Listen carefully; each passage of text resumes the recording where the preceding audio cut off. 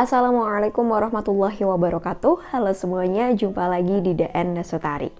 Di video kali ini aku ingin share ke teman-teman tentang salah satu pertanyaan waktu aku live di Instagram.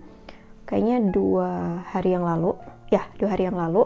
Itu ada yang nanya kayak gini, Kak, apa bedanya feel in abundance, merasa berkelimpahan, dengan boros? Nah, karena aku pernah bikin reels, kayak bikin video pendek gitu ya, yang jelasin tentang bahwa caranya untuk menarik uang adalah kita ngerasa abundance, berkelimpahan. Salah satunya adalah dengan banyak memberi atau nggak takut untuk mengeluarkan uang karena merasa berlimpah. Nah, tapi gimana dong kalau jatuhnya nanti malah jadi boros? Nah, apa bedanya feel in abundance dengan boros? Nah, di video kali ini aku ingin bahas tentang hal itu. Perbedaannya mudah, teman-teman. Perbedaannya adalah cukup kita memperhatikan ego yang menguasai diri kita saat kita mengeluarkan uang tersebut. Nah, kalau feel in abundance atau merasa berkelimpahan, dia itu egonya bisa dibilang sedikit atau bahkan nol. Maksudnya di sini adalah saat kita mengeluarkan uang, kita benar-benar merasa berlimpah, merasa kita punya banyak. Sehingga kita nggak takut untuk mengeluarkan uang tersebut.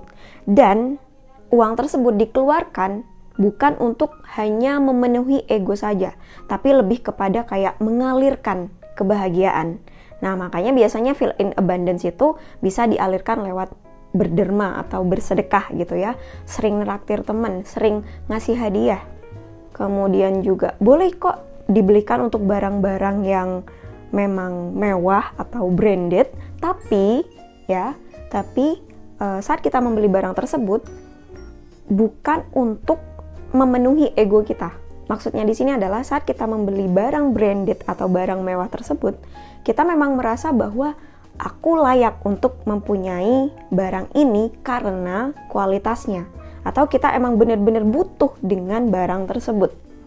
Nah, bedanya adalah kalau kita pakai ego, ya, ego kita yang bermain besar atau berperan besar, nah itu akan jatuhnya adalah boros. Contoh gampangnya gini deh, misalnya kalau kita beli barang mewah, barang branded atau barang apapun, terus kita beli barang tersebut supaya dapat validasi orang misalnya. Contoh nih ya, misalnya beli iPhone supaya dianggap atau mendapat pengakuan bahwa kita orang kaya, atau kan banyak ya kalau aku perhatikan kayak bocil-bocil gitu pengen punya iPhone supaya ya dia diakui sama teman-temannya atau dianggap sebagai ya kayak gitulah ya, kayak orang kaya atau apalah.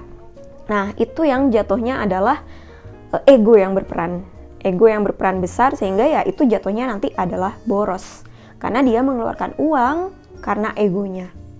Dan untuk dapat validasi dari orang lain, dapat pengakuan dari orang lain, dianggap kaya oleh orang lain, ya. Jadi bukan untuk mengalirkan energi keberlimpahan.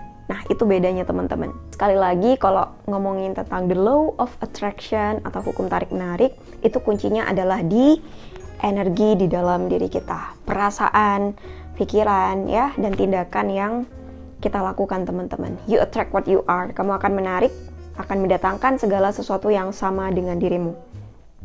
Kita akan menarik hal-hal yang emang sesuai dengan energi yang ada di dalam diri kita. Nah, kalau teman-teman tertarik untuk belajar lebih detail lagi, lebih dalam lagi dalam hal loa berkelimpahan untuk menarik kekayaan atau menarik uang, teman-teman bisa ikut kelas online aku yang materinya abundance energy atau energi berkelimpahan. Caranya gimana? Caranya teman-teman follow Instagram aku di @dnsutari. Di situ ada info tentang kelas online ya. Di bio Instagramnya tuh ada link WA untuk mengetahui info pendaftaran atau info jadwal kelas online yang aku adain. Oke, mungkin itu aja di video kali ini ya, teman-teman. Semoga bermanfaat dan selamat menyambut energi berkelimpahan. Ya, selamat menuju energi berkelimpahan. Oke, mungkin itu aja.